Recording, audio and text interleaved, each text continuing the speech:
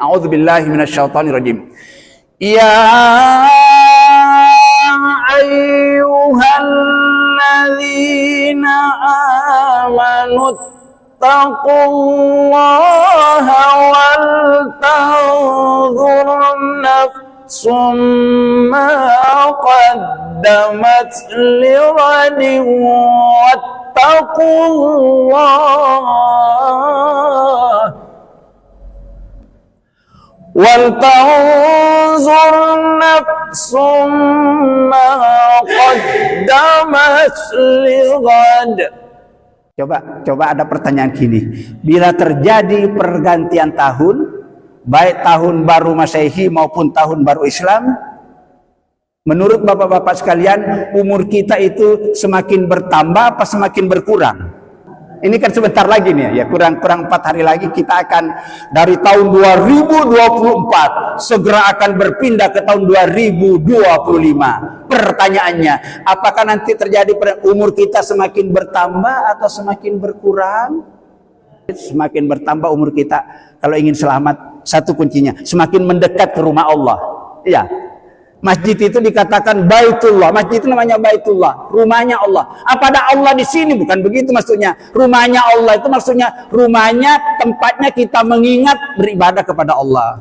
Oh, Allah itu ada di mana-mana. Jadi ketika kalau Masjid Baitullah berarti Allah di sana. Ya memang Allah di mana-mana. Tapi paling dekat kita dengan Allah kalau kita di masjid. Beda orang sholat di rumah dengan di masjid. Ngaji di rumah dengan ngaji di masjid beda pahalanya. Orang langkah kakinya menuju ke masjid diperhitungkan. Kalau berwudu dari rumah melangkah ke masjid, kaki kanan diangkat, derajatnya dinaikkan oleh Allah. Kaki kiri diangkat, rontok dosa-dosanya. Tapi syaratnya berwudu dari rumah. Jangan berwudu di masjid. Biar juga airnya masjid dia nggak cepet entek gitu loh ya. Itu maksudnya. Amal-amal ibadah ini untuk bisa menjadi baik pakai apa? Termasuk sholat kita, pakai apa Pak kira-kira Pak? Pakai ilmu.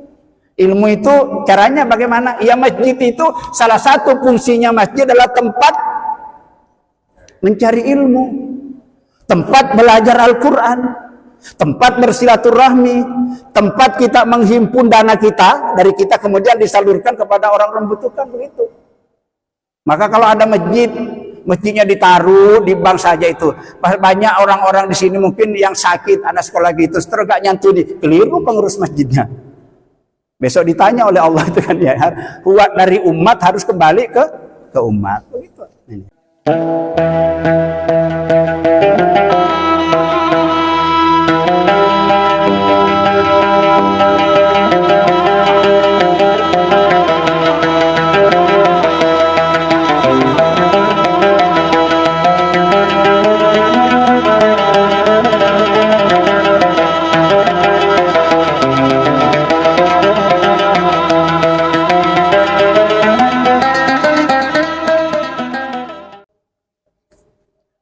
Assalamualaikum warahmatullahi wabarakatuh.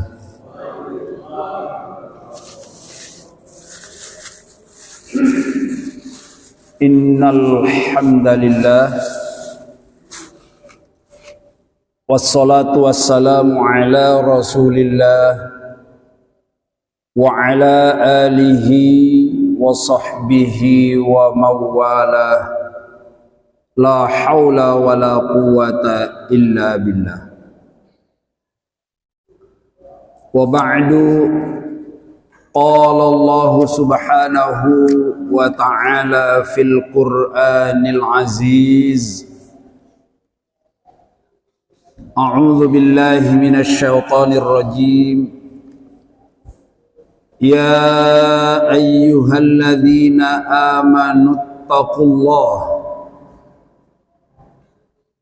wal tanzur nafsum ma qaddamat lighad wattaqullah innallaha khabirum bima ta'malun. Shadaqallahul adzim. Ma'asyiral muslimin, jamaah salat maghrib yang dirahmati Allah dan yang kami hormati.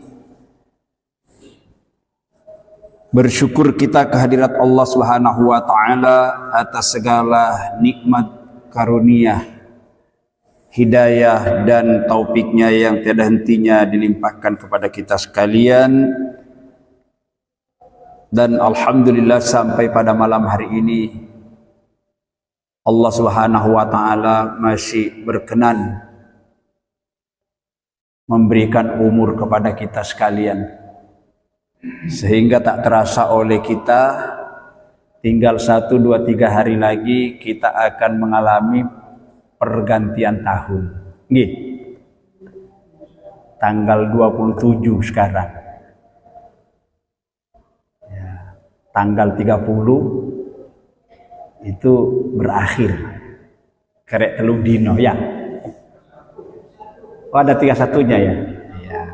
Berarti tinggal 4 hari. Bagi orang-orang yang non-muslim biasanya kalau terjadi pergantian tahun seperti ini tuh hari yang dinanti-nanti ya, hari yang dirindukan. Tapi biasanya banyak orang melakukan penyambutan itu kadang-kadang melenceng dari tuntunan Allah dan Rasul. Ya, kalau mereka yang melakukan bukan muslim ya wajar aja. Yang repot itu kalau orang Islam bukan hari rayanya, malah dia yang merayakannya. Entah karena tidak tahu, karena kebodohan, atau unsur kesengajaan, atau barangkali ikut hura-hura. Padahal mestinya bila terjadi pergantian tahun seperti ini ada tuntunan Allah tersendiri yang mestinya harus dilakukan oleh orang-orang beriman. Jadi kita tidak menjadi orang yang latah, ikut-ikut tanpa dasar. Coba lihat kalau kayak gini, yang bikin mercon itu siapa? Yang bikin mercon siapa? Orang Islam. Yang dodolan, yang tuku, ya, yang menyalakan. Ya. Jadi yang membuat orang Islam, yang menjual orang Islam, yang beli Islam, yang melakukannya itu sampai-sampai, wush, seluruh Indonesia view ya. Berapa duit itu banyaknya itu yang dihambur-hamburkan, tidak ada gunanya, bahkan bisa-bisa menimbulkan dosa. Kalau kena orang bisa bahkan paling tidak luka bakar. Bahkan ada yang mati gara-gara mercon. Yang buat kembang api orang Islam. Yang menjual kembang api orang Islam. Yang membeli orang Islam. Yang melakukan pembakaran itu sampai ini ya orang Islam. Yang bikin trompet, yang menjual trompet, yang membuat trompet, yang niup trompet, nah, ya semuanya ini budaya yang bukan dari Islam. Tetapi anehnya kenapa kok Islam yang luar biasa? Orang-orang Yahudi, orang-orang Nasrani, orang-orang Hindu dan Buddha itu kalau terjadi itu di rumah. Gak ada pawai-pawai ngentek-ngentek no bensin, pawai gini-gini ya nutut-nutut jalan bakar-bakar ini mulai gini, gak ada itu. Orang Islam. Saking gak pahamnya.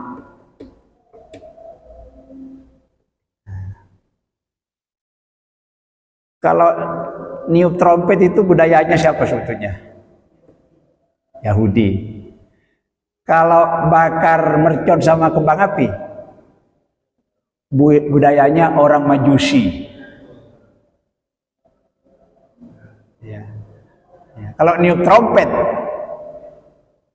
sama pegang mukul lonceng itu orang Nasrani. Tapi yang melakukan dan meramaikan kalau terjadi perang orang Islam.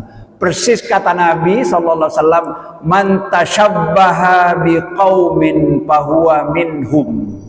Hadis riwayat Imam Ahmad dan Tirmizi. Siapa orang yang niru-niru gaya hidupnya orang-orang selain Islam, ya, niru-niru kehidupannya orang-orang selain Islam, fahuwa minhum, kata Nabi, makanya berarti termasuk golongannya dia. Ngeri juga ya, Nabi loh yang nuduh, bukan kita. Niru-niru gayanya, sistem kehidupannya mereka, budayanya. Ya. Lebih celaka lagi orang Islam itu kalau terjadi Natal mungkin ikut mengucapkan selamat hari Natal, Masya Allah. Padahal hafal kuliah ayyuhal kafirun. Ini memang disayangkan. Nah, itulah yang kita jumpai dalam kehidupan kita, bukan sekarang saja, mulai dari dulu sampai sekarang kok nggak berubah-ubah. Umat Islam itu nggak cerdas. Barangkali karena kurang pengajian atau memang ada unsur kesengajaan, paham ya?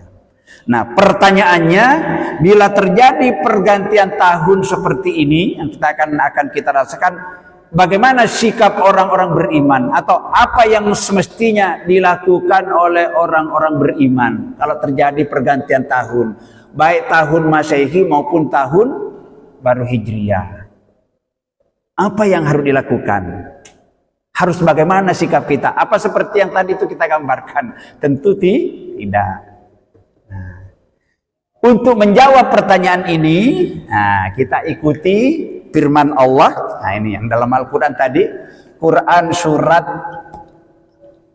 59, surat Al-Hasyr ayat 18. Yang saya baca tadi itu selengkapnya, a'udzubillahi minasyaitonirrajim, ya ayyuhalladzina amanu, ya ayyuhalladzina amanu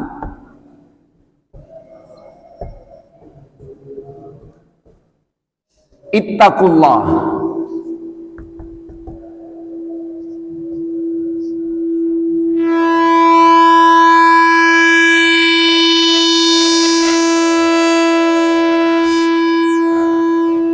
kebenteran Pak anunya Pak, minta dikurangi volumenya berarti.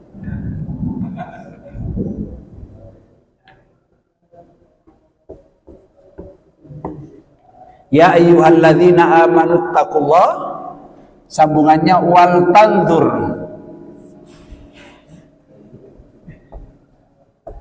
wal tanzur nafsun ma qaddamat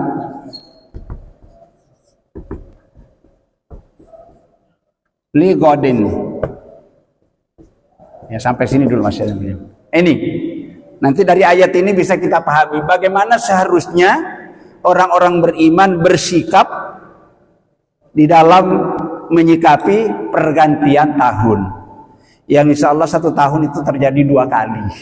Nah, tapi sebetulnya pergantian tahun Masehi ini sebetulnya bukan tahun barunya orang Islam. Tahun barunya Islam itu nanti Hijriah.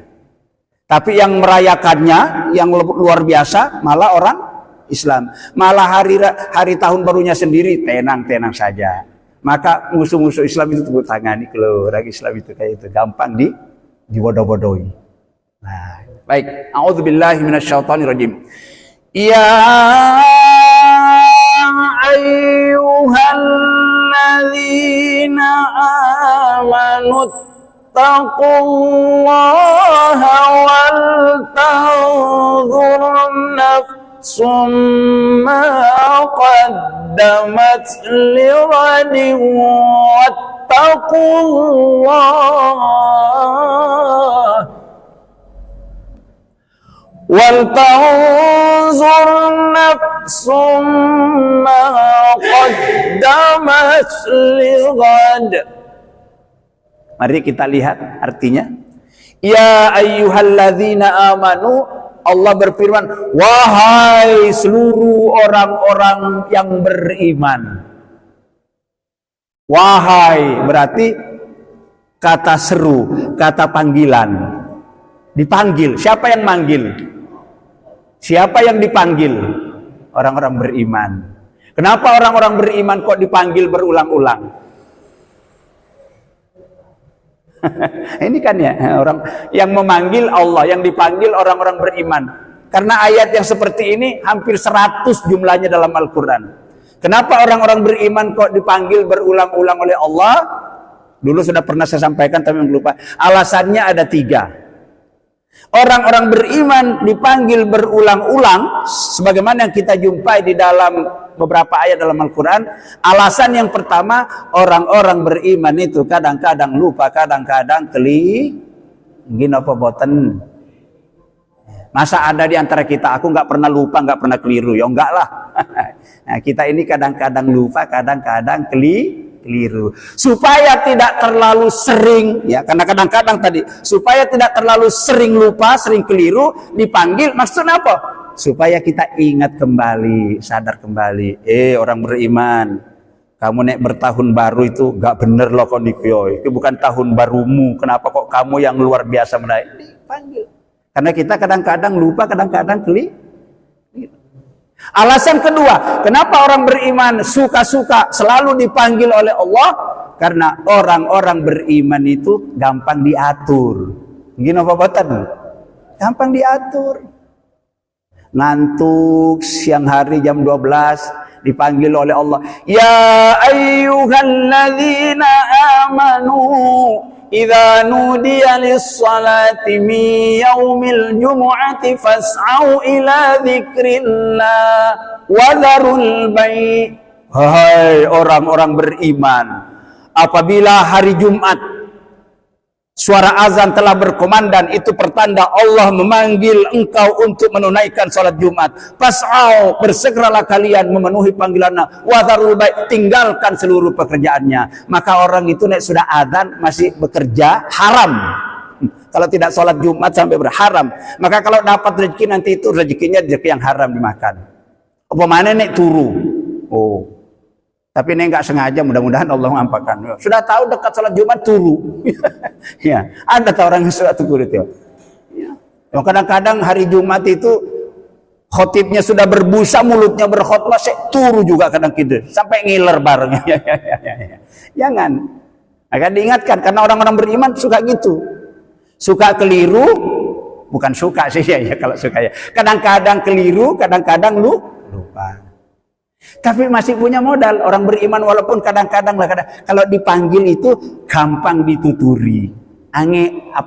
Mudah tuturannya orang-orang beriman. Nek orang tidak beriman, angel teman tuturannya.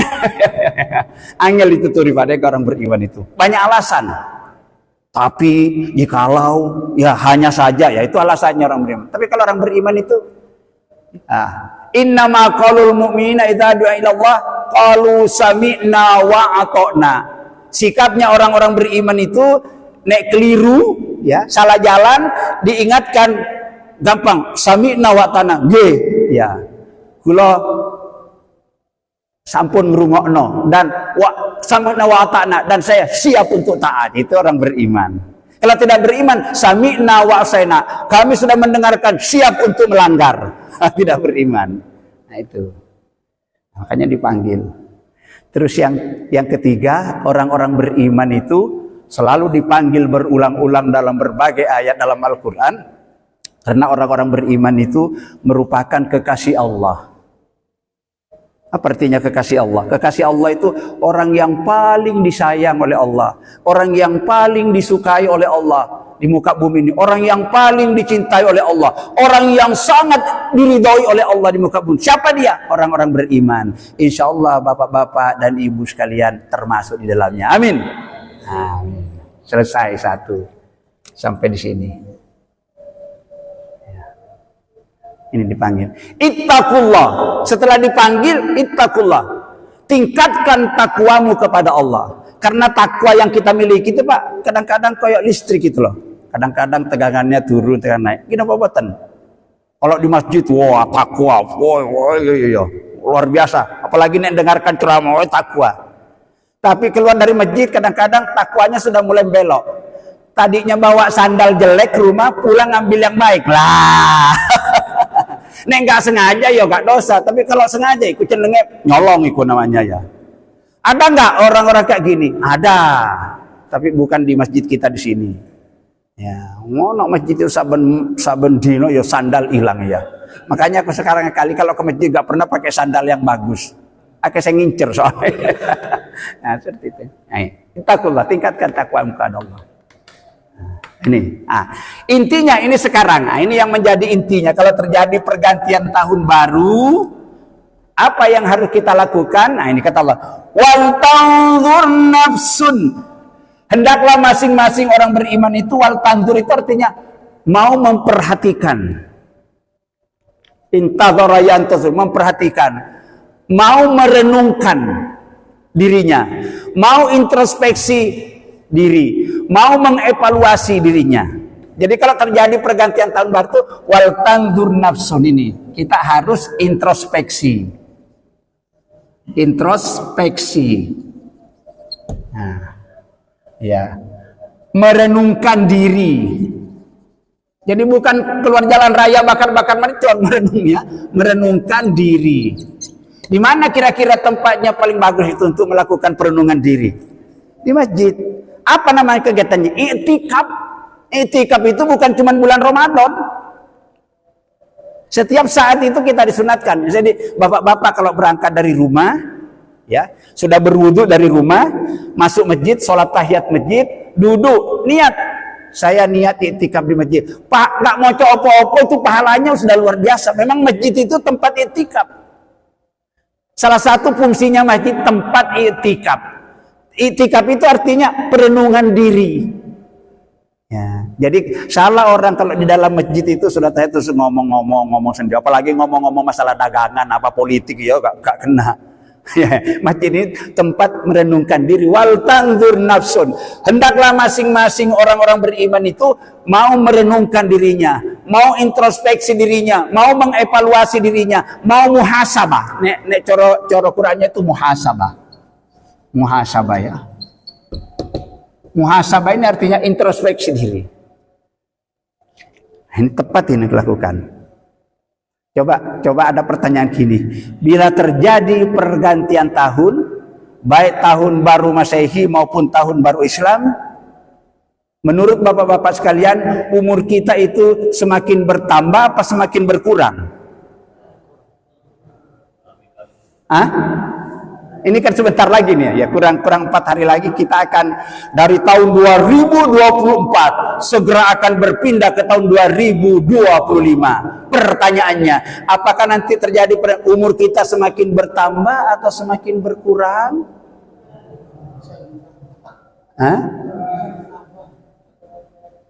Kan repot, bertambah apa berkurang? Hitungannya bertambah. Terus yang berkurang jatah hidupnya. ya. Itu nggak, karena tahun 24 ke 25 kan bertambah kalau kelihatannya menurut perhitungan kalender. Kelihatannya. Ya, kelihatannya. Jadi wong Jawa keto aneh.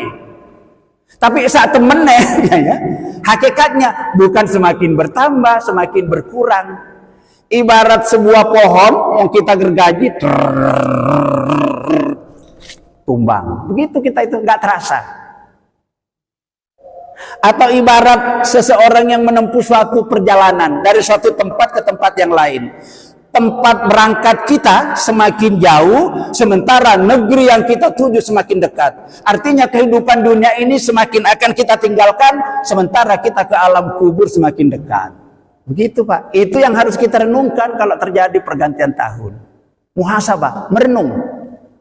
Kira-kira diri kita ini ada nggak yang mau memikirkan kalau bukan diri kita sendiri? Ada orang lain mau memikirkan kita? Enggak lah, walaupun istri kita ya nggak mungkin. Paling-paling yang dipikir besok saya dikasih berapa sama suami saya gini ya. Cukup Pak untuk bayar utang berarti itu ya. Nggak pernah istri Pak, sampean kira-kira sudah berpikir besok selamat gak sampean di alam kubur? Sampean kira-kira kalau mati besok pagi kira-kira sangu sampean sudah cukup gak? Kalau minggu ini sampean dipanggil oleh Allah kira-kira sampean selamat dong, utang sampean masih banyak. Gak pernah istri kita itu mikir-mikir. Lah kalau bukan diri kita sendiri, sopo? Apalagi mati itu kita nggak tahu. Padahal sementara kalau pergantian tahun itu berarti kan kita semakin dekat mati, betul? Tandanya sudah banyak kok di tubuh kita ini. Contoh, rambut tadinya hitam sekarang berubah jadi putih. Itu alamat, itu isyarat. Allah memberitahu, sampean wis tuwek loh, hati-hati. Cuman Allah nggak lampu dikasih isyarat. Dulu giginya masih utuh, sekarang akeh sing mereteli. Masih kuat, beberapa tahun lalu masih kuat makan goreng jagung, apa sama apa itu? Kacang goreng. Sekarang lagi akeh sing mereteli. Itu peringatan dari Allah, sampai siap-siap. Dulu kalau jalan lututnya belum bunyi, sekarang lutut ya. Asam urat tangan semakin gering-geringan, terus dia mata semakin kabur, pendengaran semakin budek ya. Itu isyarat. Allah itu tidak berbicara langsung, itu isyarat. Sampean hati-hati sampean ini loh, sedekat loh sampean kalam kubur. Ini yang harus wal tandur nafsun ini kalau terjadi. Harus kita ingat. Jadi yang pertama harus kita introspeksi apa ya? Nah ini, kalau terjadi masalah yang pertama itu tuh yang harus diintrospeksi pertama tentang umur.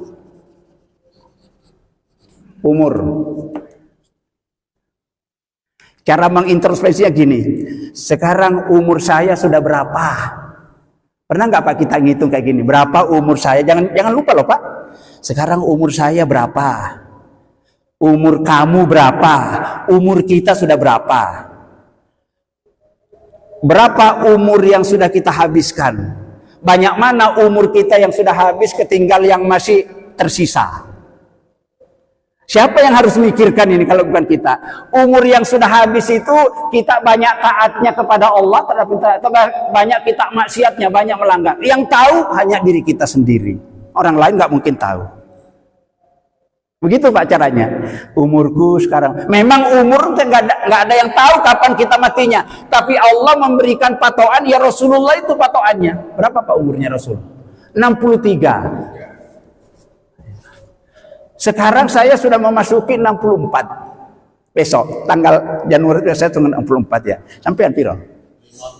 Oh, masih ini. Sampean? Masih tua aku. Bapak? Wow, banyak bonusnya, alhamdulillah. Ya, karena kata Nabi, mantola umruhu wahasuna amaluhu bahwa robihun. Siapa orang umurnya panjang melebihi usia Rasulullah, tapi semakin taat kepada Allah, itu tandanya orang beruntung, orang selamat itu. Umurnya melebihi Rasulullah, melebihi 63, tapi dipakai taat, itu orang beruntung. Wa mangkana umruhu, siapa umurnya semakin syarrun nas mantola umruhu wasuna. Sejahat-jahat manusia kata Nabi, orang yang diberi umur panjang tapi umurnya digunakan untuk bermaksiat kepada Allah. Wal iyadzubillah, kita mohon berlindung kepada Allah. Mudah-mudahan kita termasuk. Umur kita panjang tapi digunakan untuk taat. Sepakat? Amin. Itu Pak. Umur. Kira-kira kalau besok kita ada malaikat yang datang kita. Umpamanya saya ini malaikat, Assalamualaikum, salam. Sampai sinten, kula malaikat Israfil. Perlu nenopo? Saya diperintah oleh Allah untuk mencabut nyawa sampean. Umpamanya begitu, kira-kira jawaban kita apa? Ya, kayak tukang tagih kredit itu. Maaf Pak, minggu depan aja. Atau bisa malaikat gitu kan? Ya nggak iso. Karena malaikat saya diperintah oleh Allah, sampean siap tidak siap harus ikut, nggak bisa nggak ikut ini sampean ya. Saya malah diseneni Allah kalau saya pakai mati kita Pak, nggak koyok tukang kredit lagi minta maaf ya, minta ditunda, nggak bisa. Bagaimana andaikan besok pagi, minggu depan, bulan ini sudah datang perintah Allah kepada sang malaikat, sementara kita sangunya belum mumpuni. Ya apa kira-kira dosanya masih terlalu banyak, mati, masya Allah. Balik mana? Umur. Patokannya ini loh, Nabi ini. Ya.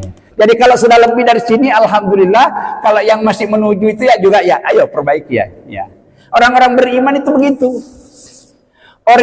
Orientasi berpikirnya orang-orang beriman itu Pak bukan dunia. Orientasi berpikirnya orang-orang akhirat. Kenapa kok akhirat? Karena kita ini mau ke akhirat. Dunia ini nggak usah dipikir, wes katut sendiri ya. Akhirat itu yang perlu dipikir, karena di dunia ini paling lama kita ya nggak jauh beda umurnya Nabi 63 ya, lebih sedikit lah koyok bapak itu lebih ya. Tapi walaupun begitu Pak tetap mati juga. Iya. Kalau dulu orang-orang tua kita ada yang sampai 90, ada yang 100. Sekarang sesulit. Semakin ke belakang usia kita ini semakin rapuh. Dulu sekarang anak-anak SD apa itu ada cuci darah. Kenapa begitu? Makanan yang kita makan sudah tidak dijamin sudah sehat. Serba pakai kimia. Ya Pak? Kalau dulu ikan itu beli ikan itu dikerumunin lalat, sekarang nggak ada, nggak mau dekat-dekat lalat. Sayur juga, kalau sayur dulu dimakan ulat, sekarang nggak mau ulat karena dikasih telur disuntik, buah-buahan disuntik dikasih gini ya. Kita makan, mana tahu kita? Ya ini yang memperpendek umur kita. Terus nggak bisa menghindar Pak. Mau belanja di mana kalau nggak di pasar? Masih mending di pasar itu mending. Yang di supermarket itu tambah nggak sehat itu makanannya itu ya. Walaupun kelihatannya seger, wow itu sudah ya. Ini yang membuat umur kita semakin rapuh. Nah, sudah seperti itu kok nggak pernah ingat mati. Ya ini ingat. Bagaimana sikap orang-orang beriman bila terjadi pergantian tahun? Ini yang pertama. Ayo introspeksi umur. Umur. Ada lagi sabda Nabi, "Man kana yaumuhu khairan min amsihi fahuwa rabihun." Kata Nabi, siapa orang hidupnya hari ini, hidupnya minggu ini, hidupnya bulan ini, hidupnya tahun ini lebih baik daripada hari-hari dan bulan-bulan yang ia lalui, bahwa robihun, itu pertanda orang yang akan selamat, itu pertanda orang yang bahagia, itu pertanda orang yang beruntung. Mau beruntung? Ayo kita mudah-mudahan ini tambah ke depan ya. Jadi jangan tambah ke depan tambah males ke masjid, tambah males ngaji. Nggak bener. Dulu ngajinya seminggu sekali. Nah, nanti tahun depan ngajinya cuma 1 tahun 2 kali. Kapan? Maulid Nabi, Isra Mi'raj. Bagaimana bisa masuk surga? Ngajinya 1 kali 2 tahun. Seandainya bisa itu kita mestinya ngaji saben dino Pak. Qurannya sak mene tebel. Ngajinya 1 tahun 2 kali. Sebulan kapan nggak bisa. Nah, makanya ini bapak-bapak sekali, semakin bertambah umur kita, kalau ingin selamat, satu kuncinya semakin mendekat ke rumah Allah. Iya. Masjid itu dikatakan Baitullah. Masjid itu namanya Baitullah, rumahnya Allah. Apa ada Allah di sini? Bukan begitu maksudnya. Rumahnya Allah itu maksudnya rumahnya, tempatnya kita mengingat beribadah kepada Allah. Oh, Allah itu ada di mana-mana. Jadi ketika Masjid Baitullah berarti Allah di sana. Ya memang Allah di mana-mana. Tapi paling dekat kita dengan Allah kalau kita di masjid. Beda orang sholat di rumah dengan di masjid. Ngaji di rumah dengan ngaji di masjid beda pahalanya. Orang langkah kakinya menuju ke masjid diperhitungkan. Kalau berwudu dari rumah melangkah ke masjid, kaki kanan diangkat, derajatnya dinaikkan oleh Allah. Kaki kiri diangkat, rontok dosa-dosanya. Tapi syaratnya berwudu dari rumah. Jangan berwudu di masjid. Biar juga airnya masjid dia nggak cepet entek gitu loh ya. Itu maksudnya. Kalau berwudunya di masjid yang nggak rontok dosa-dosanya dari rumah. Maka berwudu dari rumah. Begitu tuntunannya. Ya. Apalagi adalah kata Nabi, ya. Rokaatul fajri khairum minad dunya wa ma fiha. 2 rakaat salat sunat fajar sebelum salat subuh kita kerjakan itu lebih besar keuntungannya, keutamaannya daripada dunia beserta isinya. Maka orang itu Pak kalau rajin salat subuh, apalagi jangan ditinggal salat sunat 2 rakaat sebelum subuh itu, lihat nanti insya Allah nggak kaya tapi dicukupi oleh Allah kehidupannya. Rasakan sendiri orang yang berkewajiban nggak kaya tapi selalu cukup. Kan kadang-kadang duitnya banyak tapi cepet entek. Ada saja nubruk, ditubruk, sakit ini, keluarganya gini banyak masalah, duitnya banyak cepet entek, tidak barokah. Ini duitnya sedikit tapi dicukupkan oleh Allah. Kenapa? Suka ke masjid, rajin ke masjid, rajin ngaji kayak gini, masya Allah luar biasa. Oke. Umur harus diintrospeksi umur. Kalau terjadi pergantian tahun ini penting. Ya. Yang kedua apa? Amal ibadah, terutama sholat.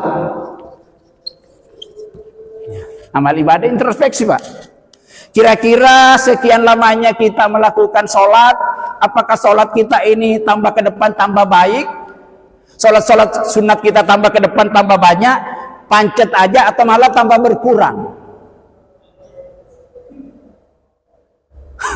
Apakah sholat kita tambah ke depan tambah khusyuk, atau tambah ke depan tambah nggak karu-karuan, malah tambah banyak kita meninggalkan sholat? Hati-hati. Kunci diterimanya segala amal-amal yang lain itu sangat ditentukan oleh sholat. Sholatnya beres, semuanya amal ibadahnya beres. Sholatnya tidak beres, semuanya akan ditolak oleh Allah. Ini introspeksi sholat kita. Menurut sampean gimana? Sholat kita ini dari tahun ke tahun pancet atau ada perubahan? Pancet. Nek pancet itu apa sebabnya? Males. Males nopo?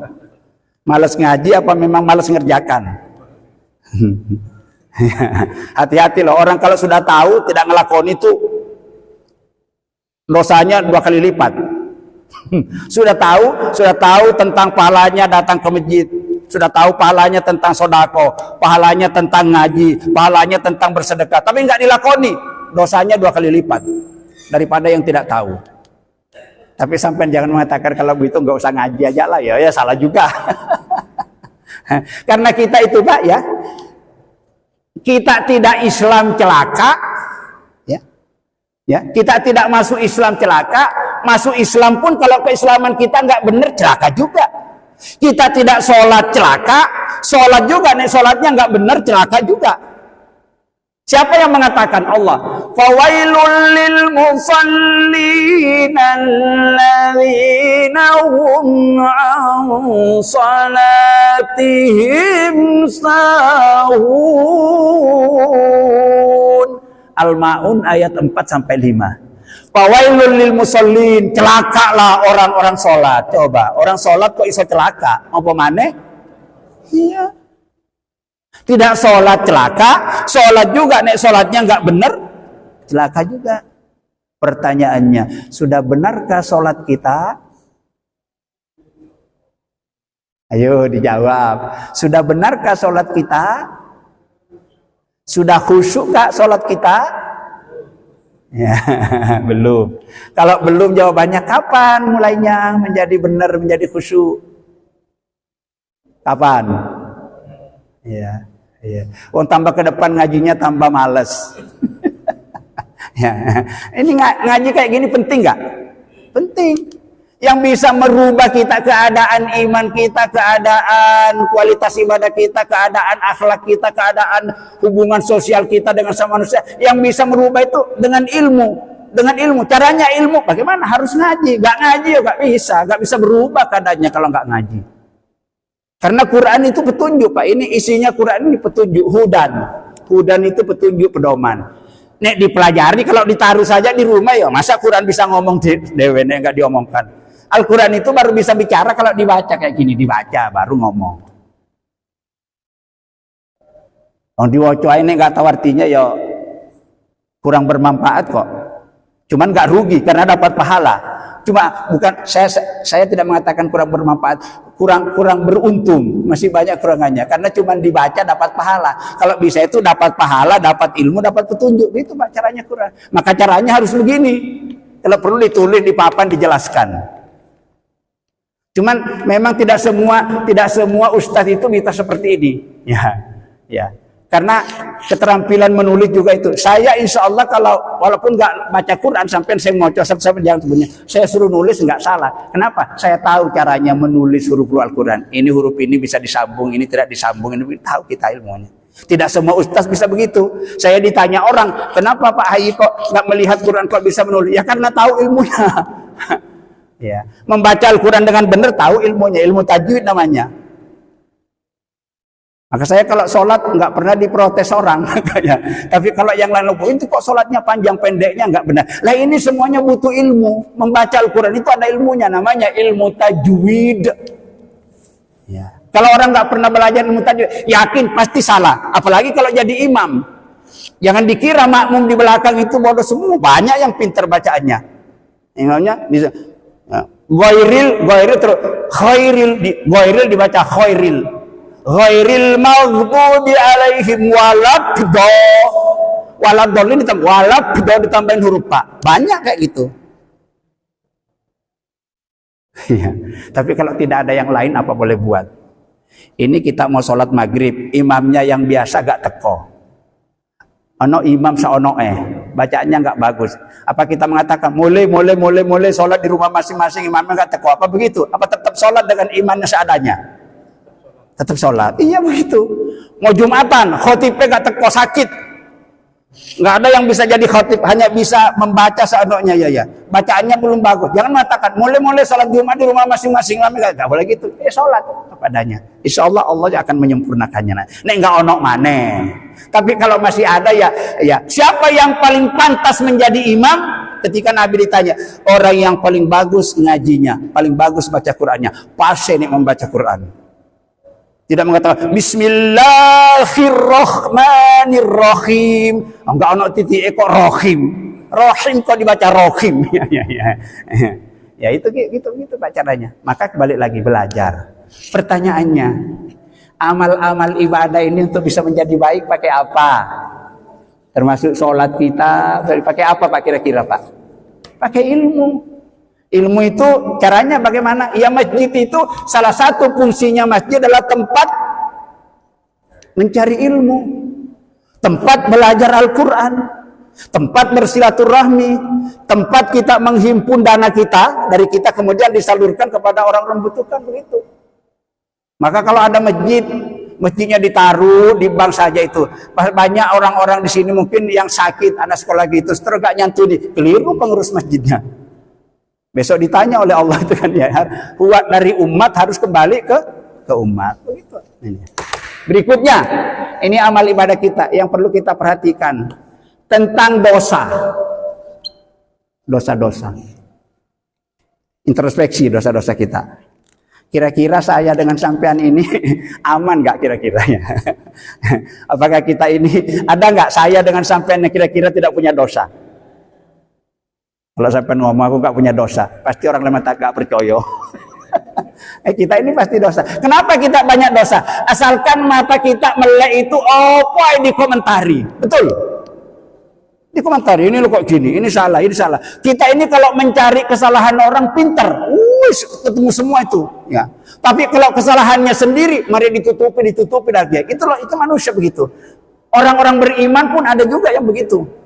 Mencari kesalahan orang, kekurangan, gini, ini begini ya. Pertanyaan, ada nggak manusia yang sempurna kira-kira? Yang sempurna itu cuma Nabi Muhammad. Kalau umatnya Nabi Muhammad banyak kekurangannya kita ini. Karena kita ini banyak kekurangan, banyak salah, banyak dosa. Ayo introspeksi. Kalau bisa itu kita mati besok itu sudah bersih. Jangan mati bawa dosa, gak bisa masuk surga. Orang yang mati bawa dosa tidak bisa masuk surga. Pertanyaannya dengan terjadinya pergantian tahun ini, dosa-dosa kita yang ada mau diapakan? Siapa yang harus ngitung? Dosa itu ada dua. Ada dosa yang berhubungan dengan Allah, ada dosa yang berhubungan dengan sesama manusia. Kira-kira banyak mana dosa kita kepada Allah dengan dosa kita kepada manusia? Ada dua-duanya banyak, subhanallah. Kalau dosanya banyak, sudahkah kita bertaubat, berbenah diri dari segala dosa-dosa kita dari tahun ke tahun? Pernahkah kita introspeksi tentang dosa-dosa kita ini? Jangan-jangan kita ini setiap hari berbuat dosa terus merasa aman dan tenang-tenang saja. Mati gak punya dosa gak selesaikan, gak bisa. Maka kata Allah ada dua hal yang bukan kata Allah, kata Nabi, ada dua perkara yang tidak boleh ditunda-tunda. Siapa yang menunda-nunda dua perkara ini tidak akan selamat hidupnya dunia sampai akhirat. Jangan ditunda-tunda yang dua ini. Yang pertama kata Nabi, wa'ajjilu bit-taubati qoblal maut. Segeralah kalian bertaubat kepada Allah kalau memang merasa banyak dosa. Baik kepada Allah, segera bertaubat qoblal maut sebelum sampean mengalami mati. Wa'ajjilu bis-sholati qoblal maut. Segeralah kalian melaksanakan sholat kalau sudah panggilan Allah sudah memanggil kita, sudah suara azan. Jangan kerja sing rapat ya. Suara azan sudah menganti nggak digubris, nggak direken. Tetap aja ngelakonnya. Ada nggak orang kayak gini nih? Di mana? Di Malaysia. Jangan introspeksi dosa. Jangan sampai mati bawa dosa. Yang keempat, harus introspeksi. Apa kira-kira? Apa ini? Utang. Ya, kalau di antara kita ini tidak punya utang, alhamdulillah bersyukur, gak masalah. Tapi kehidupan modern ini kadang-kadang jarang orang tidak punya utang, ya. Mungkin listriknya nunggak, mungkin PDAM-nya, ya, kreditnya, sepeda motor, mobil, rumah pun dikredit. Kadang-kadang baju seragam juga dikredit. Orang Indonesia itu orang paling hobi kredit. Ya, jawab, Ustaz, kita itu sebetulnya nggak mau ngeredit, takut mati kita utangnya oleh dia. Tapi saya tukang kredit itu saben dino keliling. Ya memang kenyataannya begitu.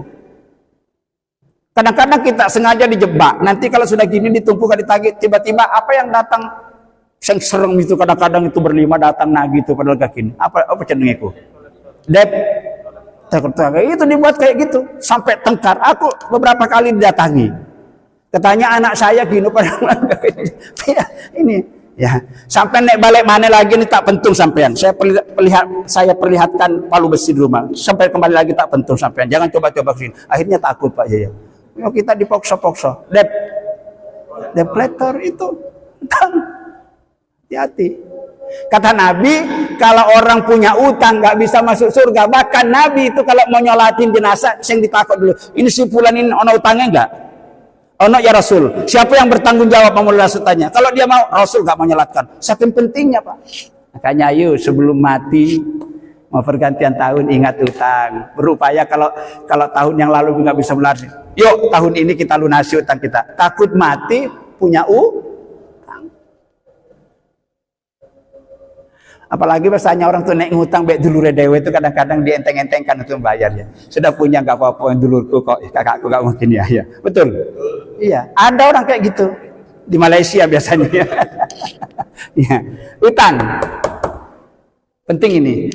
Terus yang terakhir karena waktunya sudah mepet, sebetulnya ada beberapa saya ambil singkatannya. Yang tidak kalah pentingnya harus kita introspeksi, harus renungkan, harus muhasabah. Apa itu? Ya, persoalan kita, persoalan dengan orang lain. Misalnya hubungan silaturahminya itu loh ya ini, silaturahminya. Silaturahmi kita ini dengan tetangga, dengan kerabat kita, dengan saudara kita, kira-kira aman-aman saja. Jangan-jangan ada orang yang selama ini putus persaudaranya dengan kita. Siapa yang tahu? Ya yang tahu ya dirinya sendiri. Memutus silaturahmi itu. Tanda-tandanya orang yang putus silaturahmi itu nggak mau ketemu. Kalaupun ketemu menghindar, nggak mau berkomunikasi, nggak mau ngomong. Cara wong Jawa siwaan. Iya. Cara wong Madura soker. Gak kelem nyopo. Saking mangkele. Kira-kira ada nggak seperti itu? Karena kalau kita mati punya satu orang, apalagi kalau lebih dari satu orang, kita putus hubungan silaturahmi kita, namanya qati'ur rahmi. Kata Rasulullah sallallahu alaihi wasallam, nggak bisa masuk surga orang-orang yang memutus tali persaudaraan dengan kita, nggak bisa masuk surga. Apa nggak ngeri Pak? Ayo, barangkali masih ada di antara kita yang putus silaturahmi selama ini. Ayo ini mau pergantian tahun kita bereskan. Takut kita nggak ketemu tahun depan lagi tuh malah sudah dipanggil oleh Allah. Jadi ingat, umur penting ini, penting introspeksi, ya, kualitas ibadah kita, terutama sholat kita, introspeksi selalu Pak, ini penting ini sholat ini Pak, penting ya. Kemudian dosa-dosa kita, utang kita, hubungan silaturahmi kita dengan orang lain. Kalau semuanya ini sudah aman-aman, umurnya banyak taatnya daripada maksiatnya, aman, sudah aman. Ya, syukur-syukur kalau nggak pernah bermaksiat, tapi kayaknya ya angel juga ya, aman, ya. Kemudian kualitas ibadahnya sudah bagus ya. Ibadah yang khusyuk itu artinya benar. Sholat khusyuk itu artinya sholat yang benar. Sholat yang benar tuh tanda-tandanya orang kalau berbicara nggak nabrak orang, nggak menyakitkan. Ya, tangannya nggak suka ngambil punya orang yang tidak diminta. Cenderung kakinya udah aman. Sikapnya sudah aman sama orang lain, tetangga, saudara selalu baik. Itu tandanya sholat. Karena sholat ciri-cirinya sholat yang diterima itu orang semakin sholat semakin bagus pribadiannya. Itu namanya sudah khusyuk sholatnya. Tercegah dari perbuatan keji dan mungkar itu sudah khusyuk sholatnya. Gitu kampanye. Nah ini penting. Lalu dosa-dosa kita, berikutnya utang kita. Berikutnya lagi, persoalan kita dengan saudara kita, terutama hubungan silaturahmi jangan sampai diputus. Ini semua kalau kita sudah mampu melakukannya, insya Allah seperti kata Nabi tadi, kita akan menjadi manusia-manusia yang berbahagia, yang beruntung, baik ketika hidup di dunia ini. Insya Allah nanti sampai di hadapan Allah, kita semuanya mati bertemu di sorga bersama-sama. Nggak kepingin Pak? Ya, mudah-mudahan kita berdoa dengan pergantian tahun ini, mudah-mudahan hidup kita tahun 2025 yang akan datang dalam segala hal kita meningkat. Jangan tambah mundur, itu yang keinginan. Dengan demikian kita memohon petunjuk pada Allah. Ya Allah, barangkali tahun 2024 ini banyak salah dan banyak dosa ya Allah. Kami semua minta ampun kepadamu ya Allah. Bimbing kami ya Allah ke jalan yang benar agar kami dapat senantiasa taat kepadamu ya Allah. Dan kami tidak melakukan perbuatan-perbuatan maksiat dan dosa kepadamu ya Allah. Berikan kepada kami ya Allah keluarga, anak cucu yang soleh dan soleha, yang menjadi aset dan modal sepeninggal kami nanti, agar seluruh amal ibadahnya nanti kami juga dapat kebahagiaan di alam barzah nanti. Ya Allah, bimbing kami ke jalan yang benar, jalan orang-orang yang Kau berikan nikmat atas mereka, bukan jalan orang-orang yang Kau kutuk dan Kau murka ya Allah. Ya Allah, kami menyadari akan segala kelemahan kekurangan kami. Tidak ada kata yang tepat bagi kami kecuali kami senantiasa memohon petunjuk dan ridho-Mu. Bimbing kami ya Allah, selamatkan kami di dunia akhirat, selamatkan seluruh keluarga kami, terutama orang-orang tua kami yang telah mendahului kami. Engkau senantiasa menunjukkan ridho-Mu kepadanya dan Engkau masukkan ke dalam surga-Mu yaitu Jannatun Naim. Amin amin ya rabbal alamin. Rabbana atina fid dunya hasanah wa fil akhirati hasanah wa qina adzabannar. Wal afu minkum. Assalamualaikum warahmatullahi wabarakatuh. Selamat